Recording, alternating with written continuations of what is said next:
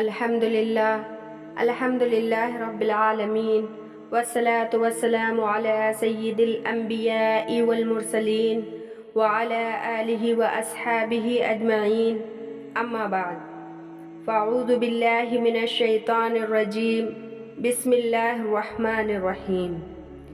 معزز سامعین، میرے عزیز بھائیوں اور بہنوں، آج کا ہمارا بیان اس حقیقت پر ہے جسے ہر انسان کو گزرنا ہے۔ وہ کیا ہے؟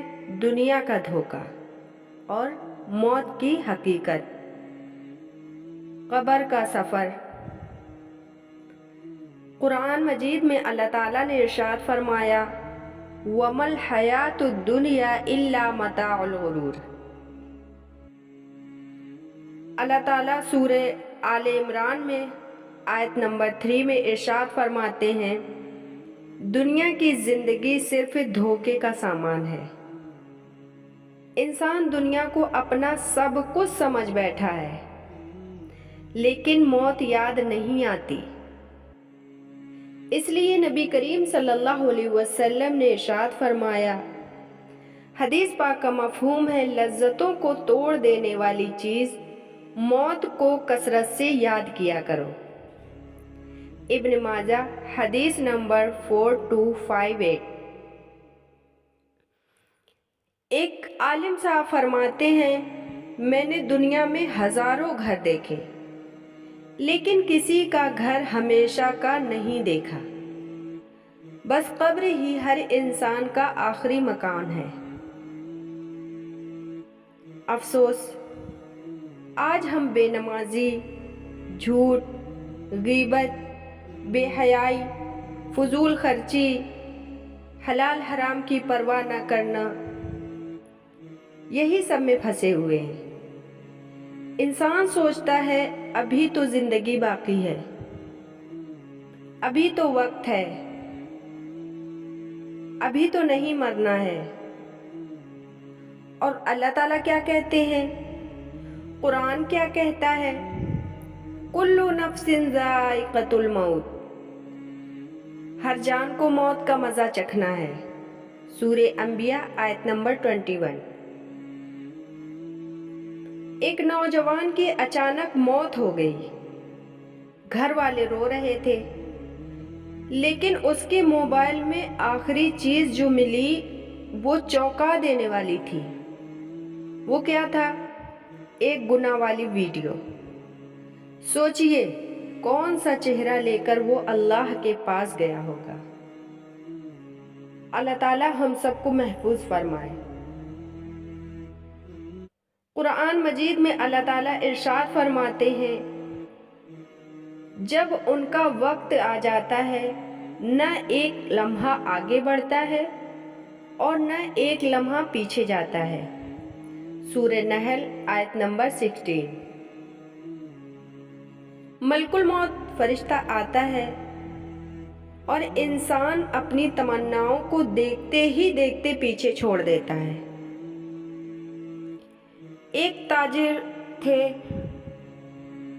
جب ان کا موت کا وقت آیا تو مرتے وقت اپنے بیٹے سے کہنے لگے میری الماری میں رکھے ہوئے 5 لاکھ روپے لے آؤ،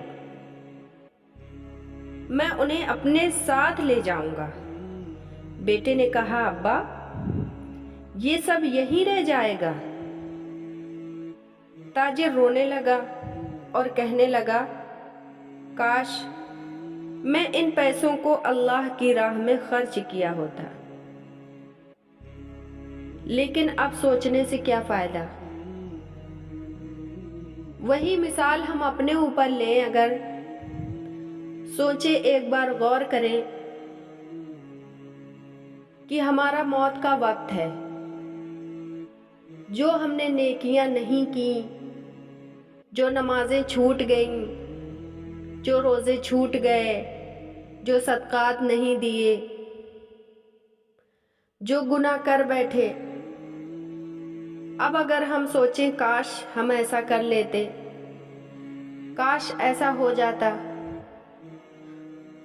تو ان سب سے کچھ فائدہ ہے؟ نہیں نا۔ ان سب کا پچھتاوا اب ہمارے کام نہیں آنے والا۔ نبی کریم صلی اللہ علیہ وسلم نے ارشاد فرمایا، ان الموت سکرت، موت میں سکرات یعنی بے حد تکلیف ہوتی ہے۔ صحیح بخاری حدیث نمبر 4449۔ روح پیروں سے نکل کر سینے تک آتی ہے اور پھر آنکھیں پلٹ جاتی ہیں۔ یہ کوئی کہانی نہیں ہے، یہ کوئی پویم نہیں ہے جو ہم سن لیں، سنا لیں، بلکہ یہ ایک حقیقت ہے، اور ایسی حقیقت ہے کہ ہر جاندار کو اس سے گزرنا ہی ہوگا۔ چھوٹا، بڑا، امیر، غریب، کالا، گورا، مرد، عورت، ہر کسی کو اس حقیقت سے گزرنا ہی ہے۔ حضرت عائشہ رضی اللہ تعالی عنہا فرماتی ہیں، جب رسول اللہ صلی اللہ علیہ وسلم کی روح نکل رہی تھی، ان کے ہاتھ میں مسواک تھی۔ موت نے خود ہی عظیم شخصیت پر بھی اپنا اثر دکھایا تھا۔ سوچو، سوچو میرے بھائیوں، سوچو میری بہنوں، کتنی عظیم شخصیت ہمارے نبی حضرت محمد مصطفیٰ صلی اللہ علیہ وسلم، ان پر بھی جب موت نے اپنا اثر دکھایا تو ہم کون سی کھیت کی مولی ہیں؟ ہم تو گناہوں میں ڈوبے ہوئے ہیں، ہمارے پاس نیکیاں بہت کم، گناہ بہت زیادہ ہیں۔ اللہ ہم سب کی حفاظت فرمائے۔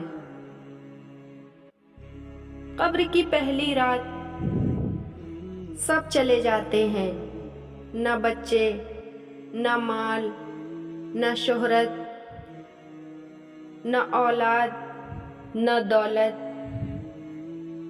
کچھ بھی باقی نہیں رہتا، صرف انسان اور اس کے اعمال باقی رہتے ہیں۔ حدیث شریف میں آتا ہے کہ رسول اللہ صلی اللہ علیہ وسلم نے ارشاد فرمایا، قبر یا تو جنت کے باغوں میں سے ایک باغ ہے یا جہنم کے گڑھوں میں سے ایک گڑھا ہے۔ ترمذی شریف حدیث نمبر 2460۔ اب سوچنے والی بات یہ ہے کہ ہم اپنے گریبان میں جھانکیں، اپنے اوپر غور کریں کہ مرنے کے بعد ہماری قبر جنت کا باغ بنے گی یا اللہ نہ کرے جہنم کا گڑھا۔ لوٹ آؤ میرے بھائیوں، لوٹ آؤ میری بہنوں، ابھی وقت ہے، ابھی توبہ کر لو۔ اللہ تعالی ہم سب کو توبہ کرنے کی توفیق عطا فرمائے اور آگے گناہوں سے بچنے اور نیکیوں کو کرنے کی توفیق عطا فرمائے، آمین۔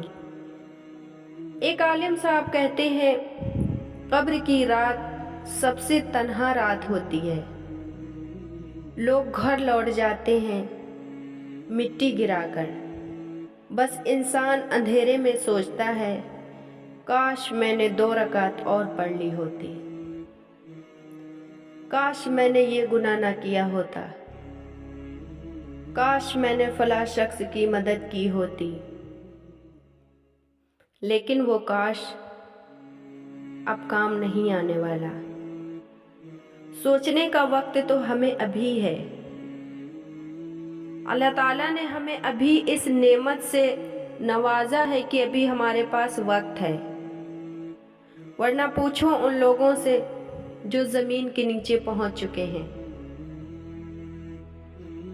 کاش کاش کرتے کرتے قیامت آ جائے گی، لیکن وہ کاش کبھی پورا نہیں ہونے والا۔ لیکن اللہ تعالیٰ کی نعمت ابھی ہمارے پاس ہے، ہمارے ساتھ ہے. ہم ابھی چاہیں تو اس کاش کو پورا کر سکتے ہیں، نیکیاں کما سکتے ہیں، گناہ چھوڑ سکتے ہیں، اللہ کو راضی کر سکتے ہیں. ابھی ہمارے پاس وقت ہے. اللہ ہم سب کو وقت کی قدر کرنے والا بنائے. آمین. منکر نکیر آئیں گے، سوال پوچھیں گے، من ربک، ما دینک، ما تقول فی ھذا الرجل. تمہارا رب کون ہے؟ تمہارا دین کیا ہے؟ تم محمد صلی اللہ علیہ وسلم کے بارے میں کیا کہتے تھے؟ جواب زبان نہیں، اعمال دیں گے. اگر ہمارے اعمال اچھے ہوئے تو ہم جواب دے پائیں گے، ورنہ تو کیا، خطرہ ہی خطرہ. گنہگار کی پکار. اللہ تعالیٰ قرآن مجید میں ارشاد فرماتے ہیں، جس کا ترجمہ ہے، اے میرے رب مجھے واپس لوٹا تاکہ میں نیک اعمال کر سکوں. گنہگار کیا پکارتا ہے؟ اے میرے رب مجھے واپس لوٹا تاکہ میں نیک اعمال کر سکوں. سورہ مومنون آیت نمبر 23. لیکن جواب آتا ہے، کلا، ہرگز نہیں. ایک شخص کے مرنے کے بعد اس کے دوست نے خواب میں دیکھا. وہ روتا ہوا کہہ رہا تھا، جو نماز تم پڑھتے تھے اس کی قیمت مجھے اب پتہ چلی. نیک لوگوں کا سفر کیسے ہوتا ہے؟ قبر روشن ہو جاتی ہے، جنت کی ہوا آتی ہے، اعمال کا نور پھیل جاتا ہے. حدیث شریف میں آتا ہے کہ رسول اللہ صلی اللہ علیہ وسلم نے ارشاد فرمایا، نور علی نور. صحیح مسلم حدیث نمبر 292. میرے عزیز بھائیوں اور بہنوں، ابھی وقت ہے. گناہ چھوڑ دو، نماز قائم کرو، دل صاف کرو، زندگی کو اللہ کے حوالے کرو. آخر میں اللہ تعالیٰ سے دعا ہے، اے اللہ ہمارے دلوں کو نور سے بھر دے، ہمارے گناہوں کو معاف فرما، ہمیں گناہوں سے بچنے کی توفیق عطا فرما، موت کی کثرت کو آسان کر دے، موت کی سکرات کو آسان کر دے، ہماری قبر کو جنت کا باغ بنا دے. کہنے اور سننے سے زیادہ عمل کی توفیق عطا فرما. آمین. وآخر دعوانا ان الحمد للہ رب العالمین. معزز سامعین، اگر یہ ویڈیو آپ لوگوں کو اچھی لگی ہو تو ایک لائک کر دیجئے گا، ویڈیو کو زیادہ سے زیادہ شیئر کریے گا، اور اگر چینل پہ نئے ہیں تو چینل کو سبسکرائب کر لیجئے گا، بیل نوٹیفیکیشن کو آن کر لیجئے گا تاکہ میری ہر آنے والی ویڈیو آپ تک پہنچ سکے. بہت ساری دعاؤں میں یاد رکھیے گا، اپنا بہت سارا خیال رکھیے گا. ملتے ہیں ایک نئے بیان کے ساتھ، جب تک کے لیے اللہ حافظ. السلام علیکم.